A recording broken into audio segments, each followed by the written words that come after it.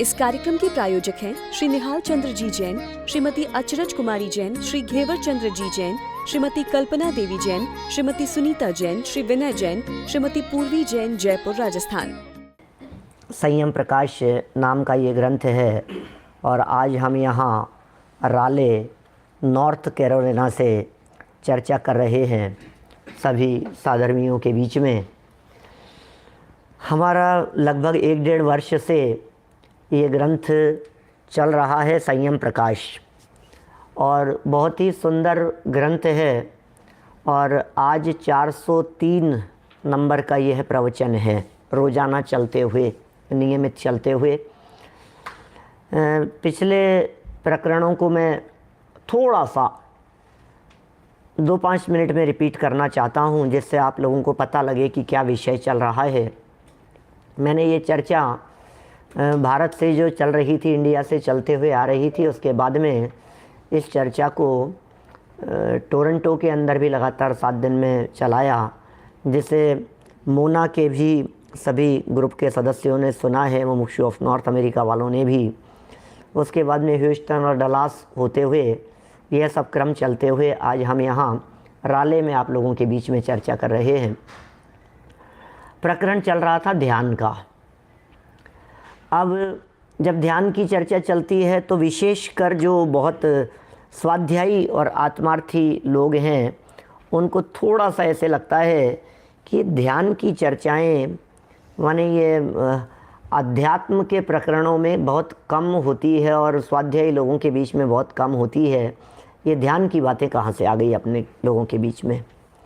तो एक बात तो अत्यंत स्पष्ट यह है कि हमारे यहाँ शास्त्रों में ध्यान का प्रकरण है या नहीं है, पहले तो ये नक्की करें। तत्वार्थ सूत्र ग्रंथ, तत्वार्थ सूत्र की समस्त टीकाओं में, सर्वार्थ सिद्धि में, राजवार्तिक में, तत्वार्थ श्लोक वार्तिक में, और भी जितनी टीकाएं व्याख्याएं मिलती है सब में, यहाँ तक कि धवलादिक में, द्रव्य संग्रह में, योग सार में, परमात्म प्रकाश में, समाधि तंत्र में, ज्ञानार्णव में, सब ग्रंथों के अंदर ध्यान की चर्चाएं मिलेगी। इष्टोपदेश में आपको ध्यान की चर्चाएं सब जगह मिलेगी। ध्यान के भेद प्रभेद भी बहुत किए गए हैं, कहे हैं जगह जगह पर। इसलिए ध्यान तो एक बहुत उत्तम चीज़ है और कर्मों को जलाने के लिए ध्यान का एक बहुत बड़ा महत्व है। हाँ, चूँकि ध्यान एक अपने आप में महत्वपूर्ण है, इसलिए दुनिया ध्यान से जुड़ रही है, लेकिन ध्यान का वास्तविक स्वरूप पता नहीं होने की वजह से ध्यान के नाम पर आर्त ध्यान और रौद्र ध्यान होता रहता है। करना तो चाहते हैं ध्यान और वो ध्यान नहीं होता है। ये एक बहुत बड़ी गड़बड़ी हो रही है, जो वेदना भी है, हमें तकलीफ़ भी है कि लोग उसके यथार्थ स्वरूप को नहीं समझ करके धर्म के नाम पर धर्म का भ्रम हो रहा है। माने सिर्फ कमर सीधी कर लेने मात्र को दुनिया धर्म समझ रही है। हाथ पे हाथ धर के बैठ गए, घुटने मोड़ लिए, पैर मोड़ लिए, कमर सीधी कर ली, आंखें बंद कर ली, और फिर श्वास आ रही है, जा रही है, हाँ ऐसा, बस ऐसा लगता है ध्यान। इससे क्या होगा? बोले इससे थोड़ा सा डिप्रेशन से बाहर आ जाते हैं, इससे डायबिटीज कंट्रोल हो जाती है, क्या तबीयत ठीक रहती है। बोले बहुत अच्छा, आप नहीं करते हो? थोड़ी देर मेडिटेशन आपको भी करना चाहिए। पूरी दुनिया ऐसे ध्यान के चक्कर में उलझी है, लेकिन भाई ज्ञान के बिना ध्यान नहीं होता क्या? और यहाँ जिस ध्यान की चर्चा शास्त्रों में की है, यह आत्म ध्यान की है, शरीर के ध्यान की नहीं। यहाँ श्वासों के ध्यान की चर्चा नहीं है। आपने ध्यान के लिए आसन लगा करके तैयारी की और फिर पूरे ध्यान के काल में 10-15 मिनट, आधे घंटे तक सिर्फ कमर ही संभालते रहे, मैं हिल नहीं जाऊं, कमर झुक नहीं जाए, तो आपने कमर का ध्यान किया कि आत्मा का ध्यान किया? ध्यान तो आत्मा का करना है। और उस पूरे ध्यान के काल में आप आने जाने वाली श्वासों को ही देखते रहे, तो आपने श्वास का ध्यान किया या आत्मा का ध्यान किया? ध्यान किया जाना है आत्मा का और हम कर रहे हैं शरीर का। तो शरीर का ध्यान तो आर्त ध्यान है, पीड़ा चिंतन नाम का आर्त ध्यान है। शरीर का जो ध्यान होगा वो ये आर्त ध्यान ही तो होगा। पीड़ा चिंतन, तकलीफ हो रही है, तकलीफ मिट जाएगी, डायबिटीज ठीक हो जाएगी, ये ठीक हो जाएगा, ये सब सोचना। तो इस तरह से ध्यान के संबंध में बहुत अधिक भ्रम फैले हुए हैं इस पूरे जगत में, और उन सब का निराकरण इन प्रकरणों को जानने समझने से होता है। 4 प्रकार के ध्यान हमारे यहाँ शास्त्रों में कहे, बस 1 मिनट में मैं नाम मात्र बतला रहा हूँ आप लोगों को। एक आर्त ध्यान, एक रौद्र ध्यान, एक धर्म ध्यान और एक शुक्ल ध्यान। आर्त और रौद्र दोनों पाप हैं, वो करने योग्य नहीं हैं, है ना। धर्म ध्यान करने लायक है। शुक्ल ध्यान की चर्चा नहीं है, क्योंकि शुक्ल ध्यान तो श्रेणी चढ़ते समय होता है। वर्तमान काल में, इस पंचम काल में शुक्ल ध्यान होता भी नहीं है। तो धर्म ध्यान करना है। अब धर्म ध्यान को भी शास्त्रों में 4 भेद बतलाए धर्म ध्यान के। कौन कौन से? आज्ञा विचय, अपाय विचय, विपाक विचय और संस्थान विचय। आज्ञा और अपाय विचय। आज्ञा विचय में आज्ञा मानी जाती है, अपाय विचय में रत्नत्रय की बात की जाती है, मिथ्या दर्शन ज्ञान चारित्र को छोड़ने की बात की जाती है। और उसी अपाय विचय के और दूसरे प्रकार से भेद बतलाते समय पिंडस्थ, पदस्थ, रूपस्थ, रूपातीत, ये 4 तरह के विशेष ध्यान होते हैं। पिंड रूप आत्मा का ध्यान करो, जनवाणी के विशिष्ट पदों का ध्यान करो, अरहंत भगवान के स्वरूप के माध्यम से आत्मा को पकड़ने की चेष्टा करो, सिद्ध भगवान के स्वरूप से आत्मा को पकड़ने की चेष्टा करो। ये सब ध्यान धर्म ध्यान के दूसरे भेद अपाय विचय के अंतर्गत आते हैं। तीसरे नंबर पर एक ध्यान है जिसका नाम है विपाक विचय। इसकी चर्चा हमारी यहाँ काफ़ी दिनों से चल रही थी। विपाक विचय क्या चीज़ है? बस आज ये विपाक विचय की चर्चा मुझे लगता है संपन्न होकर कल संस्थान विचय की हम चर्चा करेंगे। ये विपाक विचय क्या होता है? हो सकता है आप सब लोगों के लिए शब्द नए हों। विपाक विचय, विपाक माने होता है फल, माने फल के बारे में सोचना। कौन से फल के बारे में सोचना है? एप्पल के बारे में, मैंगो के बारे में? कौन से फल के बारे में सोचना है? अरे वो फल नहीं, फ्रूट्स की चर्चा नहीं चल रही है क्या? फल माने रिजल्ट, उदय, कर्म का जो उदय है, उस कर्म के उदय के बारे में विचार करके सहज और शांत रहने का अभ्यास करना। माने बराबर अपने शरीर का नहीं, वैभव जी, माने किसका ध्यान करना है हमें? पुण्य और पाप कर्म के उदय का, और उदय के माध्यम से उदय से भिन्न अपने आत्म तत्व का। ये विपाक विचय धर्म ध्यान कहलाएगा। कर्म का उदय आ रहा है, हर समय कर्म के उदय के बारे में विचार करें। किशोर भाई, एक्सीडेंट हो गया, एक्सीडेंट हुआ, झटका लगा, अब ये क्या सोचें इसके बारे में? कैसे सहज शांत रहें हाथ के चले जाने पर? तो बोले हम सहज रह सकते हैं भैया, जो भी हुआ है मेरे ही कर्म के उदय से हुआ है। आप समझ रहे हैं बात को? माने जो घटनाएं घट रही है, ये सब घटती हुई घटनाएं, इनमें किसी और का किया हुआ नहीं होता, इनमें किसी और की नहीं चलती। दुनिया की कोई ताकत, दुनिया की कोई परिस्थिति मुझे दुखी करने में समर्थ नहीं होती। कोई एड़ी से चोटी तक का कितना भी जोर लगा ले वे मुझे दुखी करने के लिए, लेकिन वो मुझे दुखी नहीं कर सकता। विप्रेश भाई, क्या हमें मैं इनको परेशान कर दूंगा, मैं इनको दुखी कर दूंगा, मैं इनके साथ ऐसा कर दूंगा? बोले नहीं कर सकते हो आप। निहाल चंद जी, बाबूजी साहब, पीतल फैक्ट्री वाले, बोलो हम कितने दुखी हैं। बोले हम क्या करें साहब, इन्होंने तो हमारे को नाक में दम कर रखा है, इन्होंने हमें बहुत परेशान कर रखा है। कोई परेशान नहीं करता है, हम परेशान हैं अपने परिणामों से, हम परेशान हैं अपने उदय से। मेरे उदय के ऊपर किसी और की नहीं चलती। मेरा जो कर्म का उदय है, ये मेरा कर्म का उदय मेरे ही द्वारा बांधे गए कर्म का फल था। वो कर्म जो उदय में आ रहे हैं वो मेरे ही बांधे हुए थे, उनको बांधते समय भी मैंने ही इस तरह के खोटे परिणाम किए थे। इसलिए मुझे ही बहुत विचार विवेक रखना पड़ेगा यहाँ। ज्ञानियों के जीवन को देखिए, उनकी लाइफ स्टाइल को देखिए। पुण्य के उदय में भी और पाप के उदय में भी दोनों ही प्रकार के उदय की बात है। अकेले पुण्य की ही बात नहीं है, अकेले पाप की ही बात नहीं है। नॉर्मली तो हमें ऐसा लगता है जब बड़ा संकट आ जाता है तब हमें कर्म का उदय याद आता है। अभी नहीं चल रहा है, अभी भी तो चल रहा है। क्या फल तो अभी भी मिल रहा है ना। तो जब कोई बड़ा झटका लग जाए, जब कोई बड़ी घटना घट जाए, घटना दुर्घटना हो जाए, हैं विजय सोगानी जी साहब, तो फिर एकदम हमें ऐसे लगता है ओह ये तो कर्म का उदय भैया, ये तो कैसा कर्म का उदय, कैसा कर्म का उदय। अरे रोज कर्म का उदय चल रहा है, प्रति क्षण कर्म का उदय चल रहा है, हर समय कर्म का उदय है। कर्म के उदय से रहित हम बिल्कुल नहीं हैं, कभी नहीं है। कर्म के उदय से रहित ये जीव कभी नहीं होता। अभी भी कर्म का उदय चल रहा है जगदीश जी साहब। क्या इस समय भी साहब अभी हमारे कौन सा कर्म का उदय चल रहा है? क्या है? अभी कौन सा कर्म का उदय चल रहा है? सब चल रहे हैं, 8 कर्म के उदय चल रहे हैं अभी यहाँ बैठे बैठे भी। 7 का तो बंधन हो रहा है प्रति समय, उदय 8 का चल रहा है। यदि आयुष्य नहीं चल रहा होता तो हम यहाँ नहीं होते क्या? फिर तो न मालूम कौन सी गति में होते। नॉन स्टॉप चल रहा है 8 कर्मों का उदय।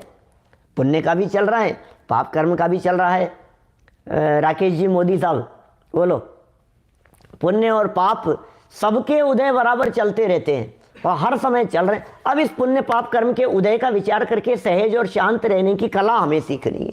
ये जनवाणी सिखा रही है।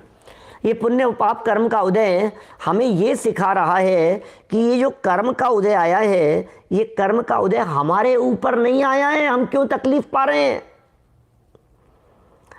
बहुत तेज स्पीड से आती हुई कोई चीज हम तक आई और बगल में आकर के नीचे गिर गई, हम तो एकदम रोने लगे, अरे तो हुआ क्या? कुछ भी तो नहीं हुआ। जैसे पार्श्वनाथ स्वामी बैठे हुए थे और कमठ उपसर्ग कर रहा था, घटना सबको पता है। अब पार्श्वनाथ स्वामी के बैठे बैठे जब कमठ उपसर्ग कर रहा है तो पार्श्वनाथ स्वामी के ऊपर कितने पत्थर पड़ रहे हैं वैसे? संजीव जी शाह साहब हैं, उनके ऊपर नहीं पड़ रहे हैं, वो फेंक रहा है। सामने से बहुत दूर से पत्थर आए और इनको टच किए बिना ही दूर से नीचे गिर गए। वो फेंक रहा है, इनके टच नहीं होंगे, बॉडी को टच किए बिना ही वे नीचे गिर रहे हैं, तो उनके ऊपर तो बिल्कुल असर नहीं हो रहा है। ऐसे ही जब कर्म का उदय आता है, प्रतिक्षण जो कर्म का उदय आ रहा है, इस कर्म के उदय के आने पर मेरे ऊपर कोई असर नहीं हो रहा है। क्या ये कर्म का उदय शरीर पर आ रहा है, ये कर्म का उदय परिस्थितियों पर आ रहा है, ये कर्म का उदय संयोगों पर आ रहा है। इस कर्म के उदय ने मेरी इन चैतन्य शक्तियों को रंच मात्र भी विचलित किया हो तो बतलाइए। त्रिकालिद्रु गया है भगवान आत्मा के साथ में, जो भी इन्वॉल्व विद कर्म देन कुछ किया है। हाँ, मैं हम उसके साथ में जुड़ान कर रहे हैं, इसलिए हम दुखी हैं। कर्म ने तो मेरा कुछ बिगाड़ा है नहीं। कर्म क्या बिगाड़े? अच्छा, कैसे बिगाड़ेगा कर्म? कर्म कैसे बिगाड़ेगा?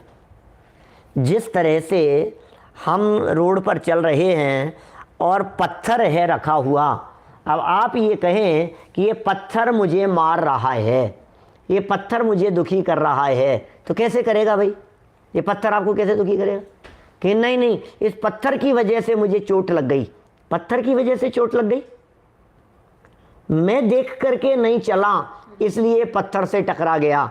पत्थर ऐसा जमीन पर पड़ा हुआ पत्थर ऐसे आएगा, उठेगा और उठ करके ऐसे आकर के मेरा सर फोड़ेगा, ऐसा तो नहीं हो सकता, ऐसा तो नहीं होता।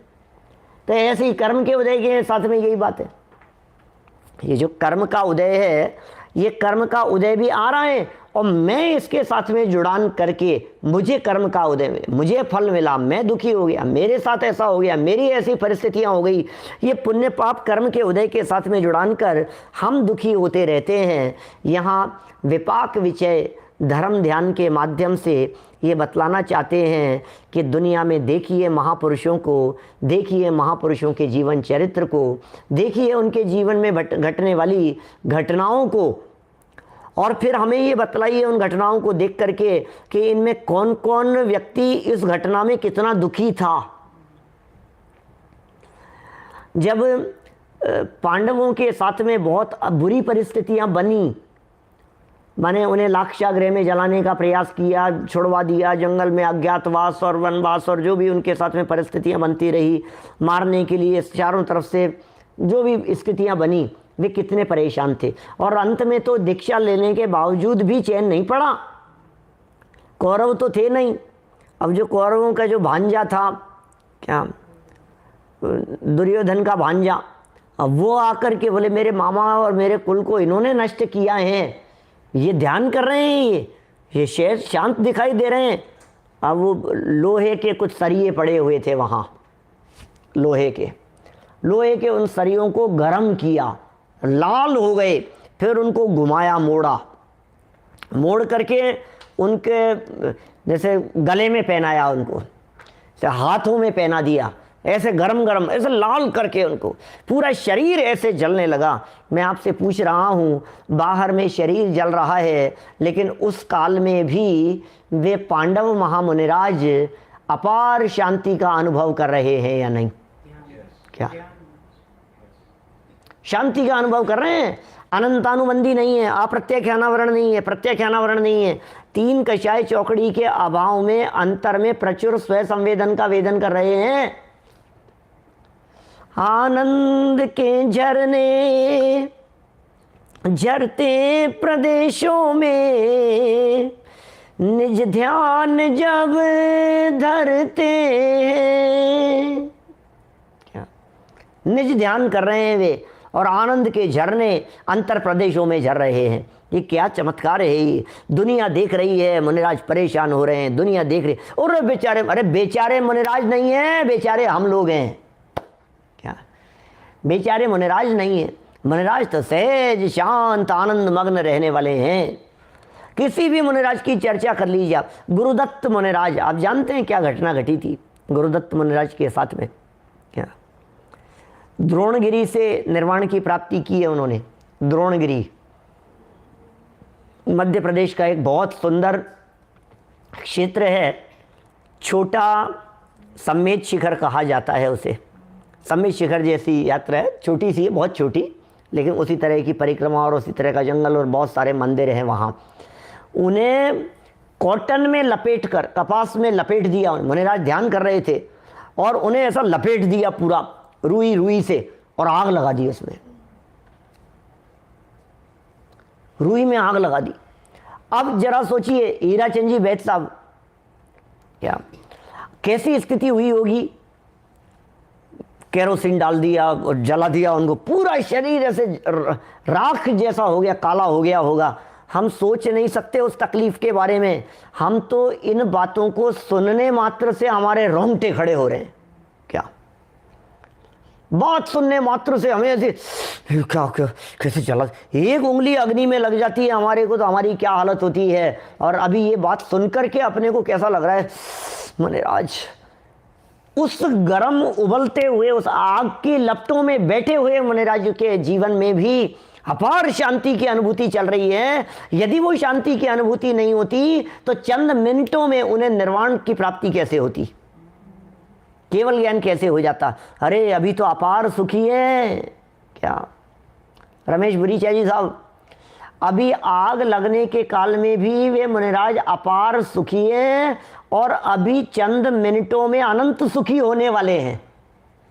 जब मुनि अवस्था है तब तो अपार सुखी हैं, और अपने स्वरूप से बाहर नहीं निकलेंगे तो चंद मिनटों में अरहंत बन जाएंगे, अनंत दशा की प्राप्ति हो जाएगी, अनंत भगवान हो जाएंगे, और फिर अनंत सुखी हो जाएंगे। ये अनंत सुख के मार्ग पर चले वे क्या कर रहे हैं, कैसे बर्दाश्त कर रहे हैं, कैसे सहन कर रहे हैं, क्या पावर है उनके पास में, ऐसी कौन सी शक्ति है उनके पास में जो उन्हें ध्यान से विचलित नहीं होने दे रही है। बोले धर्म ध्यान कर रहे हैं। बोले कौन सा धर्म ध्यान हो रहा है? विपाक विचय नाम का धर्म ध्यान हो रहा है।